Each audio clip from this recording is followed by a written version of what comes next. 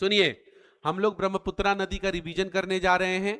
ब्रह्मपुत्रा नदी को आइए समझते हैं। सबसे पहले आइए, ब्रह्मपुत्रा नदी की लंबाई कितनी है? 918 किलोमीटर।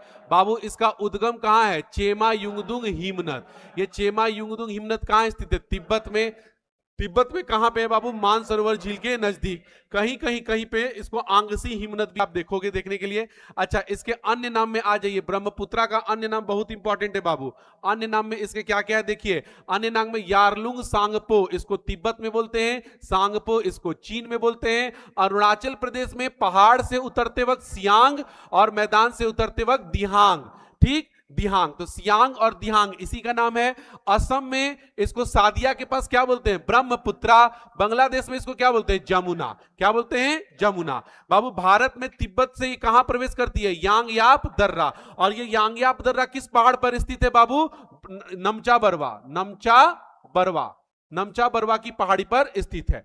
अब आ जाइए बाबू, माजुली द्वीप किस नदी पर स्थित है? ब्रह्मपुत्रा नदी पर स्थित है। इसका आ जाइए बाबू प्रवाह एक बार कराते हैं, जो बहुत महत्वपूर्ण प्रवाह है, जो बच्चों को समझने के लिए सबसे अच्छा है। देखिए बाबू, ये चेमा युंगदुंग से निकला तिब्बत में, तिब्बत से ये नमचा बरवा पहाड़ के पास भारत में घुसा दर्रा से यांगयाप दर्रा। जब ये पहाड़ से उतरा तो सियांग, जब मैदान में घुसा तो दिहांग। इसके बाद सादिया के पास असम में इसको ब्रह्मपुत्रा। इसके बाद लखीमपुर पहुंच के कहां जाएगा? माजुली द्वीप को ये पानी देगा। माजुली द्वीप के बाद ये तेजपुर, तेजपुर के बाद धुबरी, और इसी धुबरी के पास ये बांग्लादेश में प्रवेश कर जाएगा। तो क्या कहलाएगा? जमुना।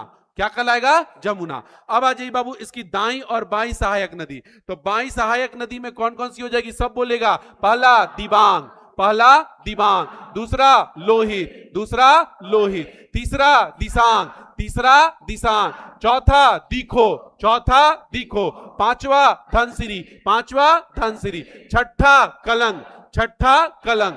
अब आ जाइए दाई सहायक नदी। पहला सुबनसिरी, पहला सुबनसिरी, दूसरा कामेंग, दूसरा कामेंग, तीसरा मानस, तीसरा मानस, चौथा संकोच, चौथा संकोच, पांचवा कालजनी, पांचवा कालजनी, छठा अमो, छठा अमो, सातवां धरला, सातवां धरला, आठवां तिस्ता, आठवां तिस्ता। तो ये हो गया ब्रह्मपुत्रा और उसकी सहायक नदी।